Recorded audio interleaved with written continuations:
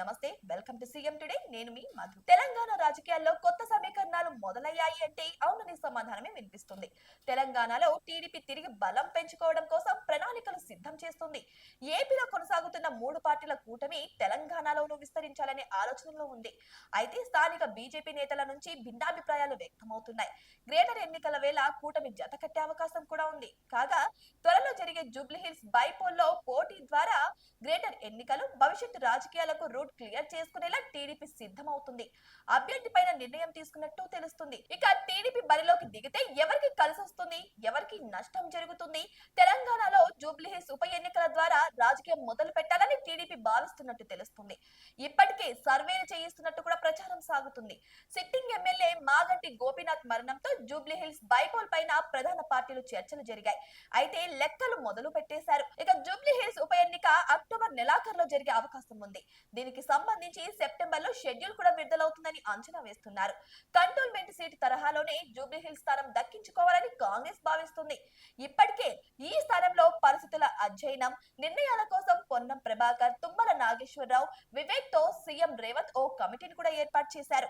2009లో ఏర్పాటైన ఈ నియోజకవర్గం నుంచి మాగంటి గోపీనాథ్ 3 సార్లు గెలిచారు.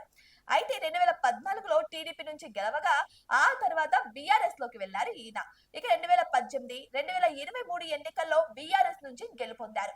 ఖైరతాబాద్ నుంచి విడిపోయి 2009లో జూబ్లీహిల్స్ నియోజకవర్గం ఏర్పాటైంది. 2009లో పి విష్ణువర్ధన్ రెడ్డి కాంగ్రెస్ ఎమ్మెల్యేగా గెలిచారు. ఇక ఇప్పుడు బైపోల్లో కాంగ్రెస్ నుంచి అజరుద్దీన్, పీజీఆర్ కుమార్తె విజయారెడ్డి, నవీన్ యాదవ్ పేర్లు పరిశీలనలో ఉన్నట్టు తెలుస్తోంది. ఇక్కడ ముస్లిం మైనార్టీ ఓటింగ్ కీలకం. కాంగ్రెస్, ఎంఐఎం మధ్య పోటీ పైన అంగీకారం కుదిరితే మొత్తం లెక్కే మారిపోవడం ఖాయంగా కూడా తెలుస్తుంది. అయితే మాగంటి గోపీనాథ్ కుటుంబం నుంచి తమ పార్టీ అభ్యర్థిగా పోటీలో నిలపాలని బీఆర్ఎస్ కూడా భావిస్తుంది. సాధ్యం కాకుంటే మాజీ ఎమ్మెల్యే విష్ణుకు సీటు కేటాయించే ఛాన్స్ కూడా ఉంది. ఈసారి అనూహ్యంగా టీడీపీ సైతం ఈ నియోజకవర్గంలో పోటీకి సిద్ధమవుతున్నట్టు తెలుస్తుంది. టీడీపీ నేతల లెక్కలు భిన్నంగా ఉన్నాయి.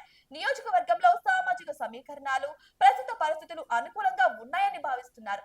ఇక ఏపీలో సక్సెస్ అయిన ఎన్డీఏను తెలంగాణలోనూ విస్తరించాలని ప్రతిపాదన ఉంది. త్వరలో గ్రేటర్ ఎన్నికలు జరగనున్నాయి. దీనికి ముందు జరుగుతున్న ఈ ఎన్నికలతోనే పొత్తు ప్రారంభించాలనే ఆలోచనలో జరుగుతుంది టీడీపీ. దీంతో జూబ్లీహిల్స్ బైపోల్లో టీడీపీ, జనసేన, బీజేపీ కూటమి అభ్యర్థిని బరిలో నిలపాలని కూడా భావిస్తున్నారు. అందులో భాగంగా టీడీపీ నుంచి నందమూరి సుహాసిని పేరు పరిశీలనలో ఉందని పార్టీల ప్రచారం సాగుతుంది. టీడీపీలో సుహాసిని క్రియాశీలకంగా ఉన్నారు. నందమూరి వారసురాలుగా సీటిస్తే కలిసి వస్తుందని అంచనా కూడా వేస్తున్నారు. ఇక బీజేపీ నుంచి ఒక పారిశ్రామికవేత్తను పోటీలో దింపాలని భావిస్తుంది.